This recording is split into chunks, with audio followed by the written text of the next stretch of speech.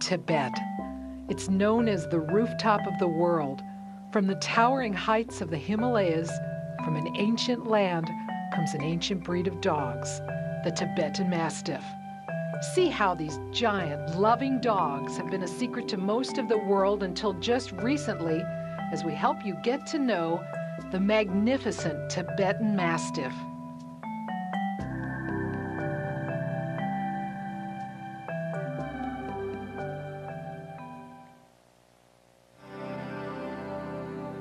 Like other great big dogs who thrive in the mountains, such as the St. Bernard in the Alps, the Tibetan Mastiff from the Himalayas, bred through hundreds of years, can withstand extreme weather and has a sturdy guard dog instinct.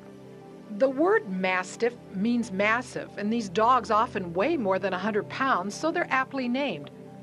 Top breeder and Tibetan Mastiff expert and judge Richard Eichhorn. Some of the first historical writings about the breed go back to about 1000 BC. There is a stone carving that was discovered in Assyria that had an outline of what is surely a Tibetan Mastiff. This dog was considered to be one of the sacred dogs of Tibet. The Dalai Lama, as well as owning a Tibetan Terrier, was said to have had Tibetan Mastiffs. I believe he had a red gold one that was pictured with him in some early photos.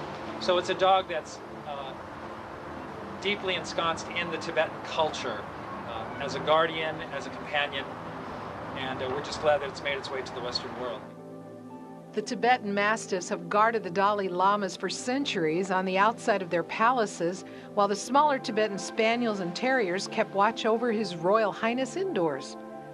And here we have a Tibetan Terrier. This is Tashi. She's 12 years old, and she's the mascot around here. All the Tibetan Mastiffs have to respect her. This is where the buck stops. Tibetan Mastiffs were written about in Chinese literature as far back as 1100 BC in the 13th century. Marco Polo was accompanied on his travels with his faithful Tibetan Mastiff. And Giuseppe Castiglione created what is the earliest known painting of a Tibetan Mastiff in the 1700s while living in China. Historically, you have the traditional guardians of the temples, the homes of the wealthy, and then you also have a dog used in the very high mountains to guard sheep, village guards. The breed has been known as the protector of women and children. Before the Chinese invasion of Tibet in the 1950s, there's lots of information to suggest that the largest dogs were often given as gifts to religious orders, to the monasteries. They were purchased by the wealthy and maintained in the courtyards, chained. The native word for the breed is the doki, which translates as the tied dog or the watchdog. After the Chinese invasion, a lot of those dogs seem to have sort of disappeared. As for the Tibetan Mastiff's place in modern times, we know that in 1958, President Dwight D. Eisenhower was sent a pair of Tibetan Mastiff puppies by the Foreign Ministry of Nepal on behalf of the American Embassy in Kathmandu. The president gave the dogs to his friend, Senator Harry Darby. Senator Darby, in turn, gave one of the pups to the renowned traveler Lowell Thomas. In the 60s, we have Ann Rohr to thank for introducing the Tibetan Mastiff to the United States.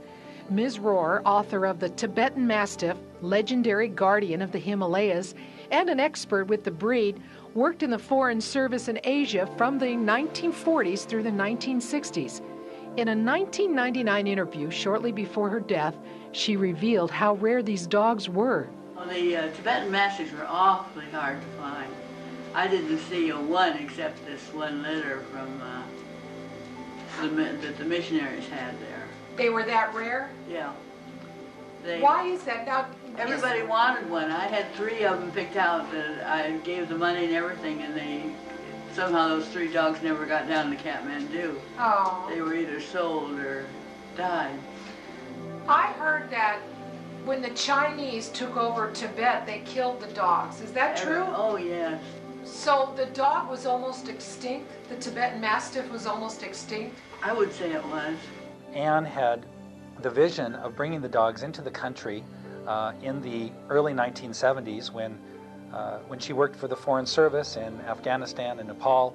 She and Don Messerschmidt sort of had the vision that this breed needed to be saved, and they were seeing fewer and fewer of the purebred dogs in the outlying regions of the Himalayas. Of course, Tibet was closed at the time, but they sort of sat down and said, let's export some of these dogs to the West, let's begin to breed them, sort of the whole vision to save these breeds.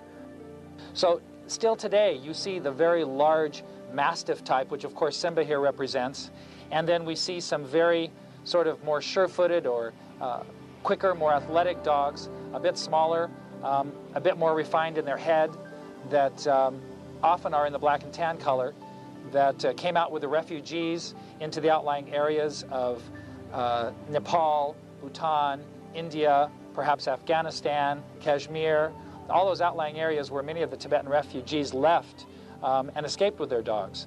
Very often these dogs were from the highest mountain villages, and we found out even today that some of those dogs did survive. Allegedly, the Chinese armies weren't able to go up to 15 and 18,000 feet where some of these remote villages are, and so a lot of the dogs we've discovered actually remained there for the last 40 years.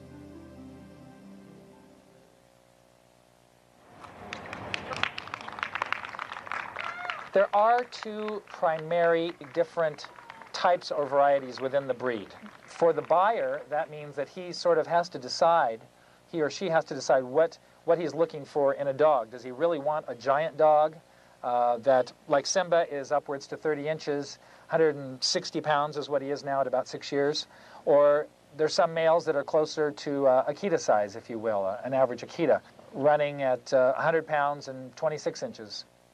For the larger variety, the breed's standard height is 26 inches and 24 for the smaller variety. The females measure in at a couple of inches shorter. Their weight can range from 150 pounds down to 70 pounds for the smaller ones. We're talking about a large dog, and that's a consideration for your yard and exactly what you want to train. The colors of the Tibetan Mastiff are beautiful and varied. The breed standard includes an inky jet black or bronzed black coat. Then there's the black and tan dogs with variations such as white or silvery tipping or gold and red markings. A sort of pewter gray or gray tan color has a bluish sheen to it. These dogs are sometimes designated as blue dogs. Historically, the wide range of colors have been documented. We're seeing those today, and those differences are definitely seen and preferred in different parts of the world. Some of the creamy vanilla-colored dogs often have tan, gold, and black tipping. There's a solid gold color, and there's a medium chocolate brown color, and a rare, gorgeous red color that's known as the sable gold. And there's some newer colors being introduced by Tibetan Mastiff breeders. This is Indy. Hi, sweetheart. Indy is a 4-month-old girl. I imported her from Finland. She happens to be the rare double dilute color. She carries a double dose of the blue-gray gene and a double dose of the chocolate gene. And when those two come together in a double-double situation from both parents, you get what's called the double dilute or the lilac. She's sort of a smoky gray. She's an outstanding girl. She has a chocolate father and a black and tan mother. Both of them happen to carry both recessives, and she's the result. This is Mole. She is the sister to the last female, Indy. Mole happens to be the chocolate color. She's the solid chocolate.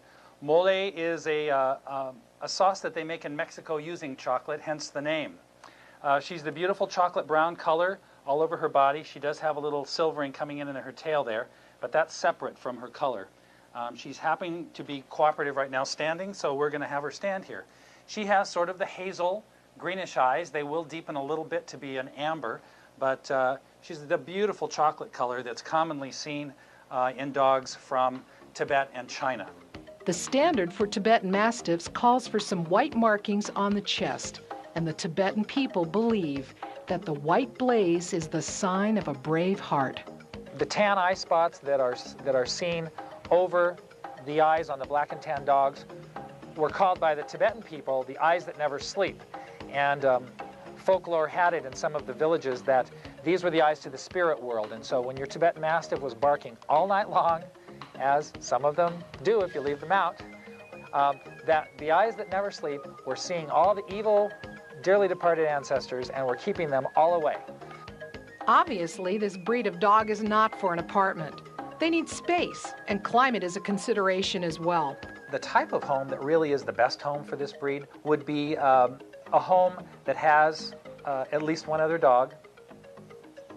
The dogs do well with children, a modest-sized yard, preferably in a cooler climate, because this breed doesn't really excel in a hot, humid environment. A lot of my calls will be from families, husbands saying, gee, I'm on the road a lot, I'd like a dog that I can really count on to protect my wife and children, but that's reliable with the family. I'd say in a nutshell, that's the Tibetan Mastiff. It is a dog that's very discerning, that provides a sense of security and protection for a family, because when you walk up to a yard and you see a dog that looks like this, you're going to think twice, especially if that dog is holding its ground and is basically saying, don't cross the line here. Tibetan Mastiffs don't like being stuck indoors when they think they're missing something going on outside.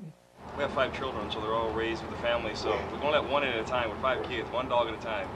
But yeah, they go in and out, and we have 4 acres, so they run on either the back 2 acres or the front 2.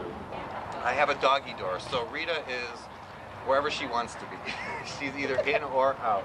She's outdoors most of the time, but when I'm home and not, I love to have all my dogs inside with me. They love attention. They want to sit with you on the sofa. They want to be in the house with you when you're in the house. They like human contact, but they want it on their terms. If they're doing something interesting out in the yard and you've got to call them in, they're not going to come. Most people want to know, what does this big dog eat? So we asked Tibetan Mastiff owners and breeders what they feed their dogs. We actually feed ours Nutri-Nugget. I feed a Nova. We're feeding a lot of raw meat and bones. Raw chicken. Yeah. And they love it. They're spoiled. And you don't worry about the bones? It's more likely to splinter if it's cooked, so we do it raw. As far as dry dog food, I'll give her the Nutrimax, but she gets a lot of actual meats. Like last night she had lamb for dinner, for example. The night before she had ribs. So she gets, and actually she loves apples, believe it or not. She loves apples. What do you feed them? Purina 1. The first thing that we were always told when we got these dogs is to feed a low-protein diet. It didn't matter very much what their diet was, as long as it was low protein. Because, after all, when you think about it, that's what the dogs lived on in Tibet. There was nothing very special about their food. In fact, it was very poor. The diet was very poor, but even so, the dogs survived on it. Tibetan Mastiffs don't usually have a noticeable doggy smell, unlike many other breeds. And as far as grooming goes, keep in mind this is a long-haired dog. Actually, they have a thick undercoat that they lose every spring and a lighter feeling, silky, longer outer coat. Breeder Rick Eichhorn explains. So, as far as grooming requirements, a good slicker brush going through the coat, it pulls out a lot of the undercoat, you know, he gets, before he comes in the house at night, he gets a good once over with this to take off all the loose hair. And then when it is shedding time, I have sort of a rake that I go through the coat and I pull out bags full for about a month period. The Tibetans actually use this hair for weaving and spinning. It's a beautiful plush coat, but it's everywhere for about 1 month in the late spring. Then they are very light coated for the summer, which helps them to stay cool. And then coinciding with the onset of winter in Tibet, usually September, October, the coat comes back in, and you literally cannot pull out the hairs again until the spring. So I call it non-shedding for about 7-8 months of the year. Then there's a month to 2 months where all the hair comes out, leaving them with sort of almost a golden retriever sort of a coat, where you have the long guard hairs here that remain, but this sort of soft undercoat comes out. And so he'll look like he's lost about 15-20 pounds once he's all shed out. Minimal coat care. It's just important to brush out behind the ears, the longer feathering, of course, in the tail, and just to be sure you get down to the skin. Not a lot of work, but some attention is needed on a regular basis. Let's go, big boy. This is Sengi, and he's a champion dog, and he's going to show us what made him a champion. Sengi is pretty ideal for the standard. He's correct size, he's correct balance, he has it all. He's an overall outstandingly balanced dog. That's something that the judges look for. He fulfills the standard from his head shape. He's got the nice wide, deep, padded muzzle. He's got the wide nose letter. He's got the scissors bite with all of the teeth on both sides. The full complement of all of his molars, all the premolars. They're all there. 1, 2, 3 are all supposed to be there. So he really is a very balanced dog, and that's why he's a champion. That's why he's finished at a young age, because he really does fulfill the standard in many ways. And he's got a wonderful movement, and he shows with a really nice personality. I mean, he's just a very correct dog overall. I have dogs that I like better for different reasons, but Sengi is the entire package, very overall, aesthetically pleasing. He's the gold sable color, the nice rich red dark sable. Good boy, good boy. There are many legends about the magnificent Tibetan Mastiff. Breeder Rick Eichhorn. Apparently during the late 60s and early 70s, drugs were smuggled in the false bottoms of crates with Tibetan Mastiffs in them. So when these crates with these vicious, snarling dogs would arrive at the airport, and the drug dogs would of course react to the drugs that they smelled in the crates, it would just be interpreted by the government agents that it was a dog-to-dog conflict. And so a lot of drugs supposedly were smuggled in these false-bottomed crates. I think somewhere between 8 to 12 dogs that were reported to be in the U.S. now had been used to smuggle drugs in, and now here they were, and who was going to own them? Some of those dogs became the foundational breeding dogs for the lines that we have in the U.S. Because the U.S. has very few quarantine restrictions, these dogs no longer have to be smuggled into the country. But if you want a Tibetan Mastiff, be prepared to dig into your pocketbook. Over the last 10 to 15 years, there's been a very inflated market in the Orient, in parts of Taiwan, now in China, etc. It's become sort of a dog for the wealthy. It's become a dog that businessmen are purchasing to try to make money themselves. And so you'll see prices that, for example, today you'll see puppies ranging in price in the United States from $1,000 for just an average quality pet puppy that's not used for breeding, a pet quality puppy. You'll see breeding stock ranging from $1,500 all the way up to $3,000. In China, you will see dogs ranging in price from $3,000 being the lowest that we have here in the U.S., all the way up. I've heard of puppies $15,000 to $20,000. One particular breeder who has an exclusive, who's got a good marketing campaign, and he has clients that are willing to buy that because they want the dog from the breeder out of the outstanding stud dog in China right now. Another resource for people interested in owning one of these dogs would be the Tibetan Mastiff Rescue. Information about these rescued animals can be found at www.tibetanmastiff.org. Advantages of adopting a rescued dog: they're likely to be less destructive than a puppy, they're housebroken, and you'll know exactly what your dog will look like, plus what the dog's personality is all about. The Tibetan Mastiff is a wonderful family dog, but caution is advised when you bring strangers into your yard or your home. Introduce your dog to new people and children, and make sure the little ones don't tease or torment your pet. The instinctive guard dog mentality of the Tibetan Mastiff makes the animal very protective of his familiar surroundings and his owners, but wary of outsiders. Everyone agrees, though, that your kids are safe in their own yard when their Tibetan Mastiff is standing guard. I tell people they're as good as the children are. They're great family dogs, once again, in the right hands. They love kids. They're very tolerant of kids. They'll let kids do things they won't let adults do to them.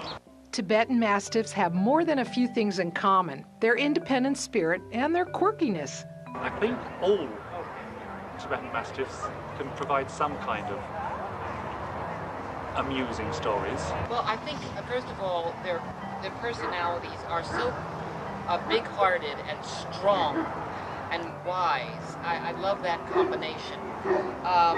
And what I also love is they're goofy and playful, particularly this one. He likes to cuddle. Just before before bedtime, he likes to cuddle in the floor.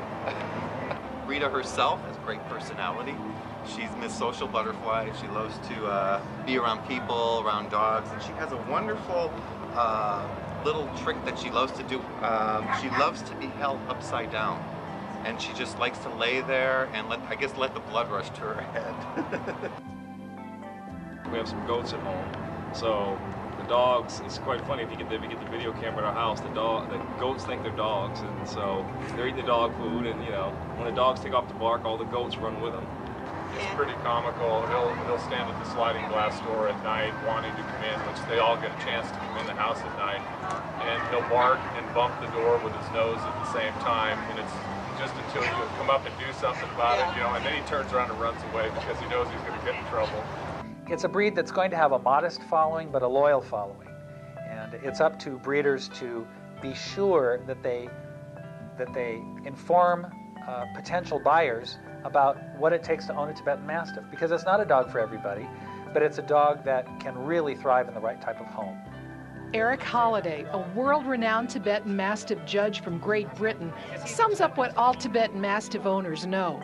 But the main thing I like about dogs is they're impressive dogs. They're good companions, they can be fun, they can drive you to distraction. But overall, they're just lovely dogs. And I wouldn't be without one now. Now that you've gotten to know the magnificent Tibetan Mastiff, and you'd like more information, just go to www.tibetanmastiffs.com.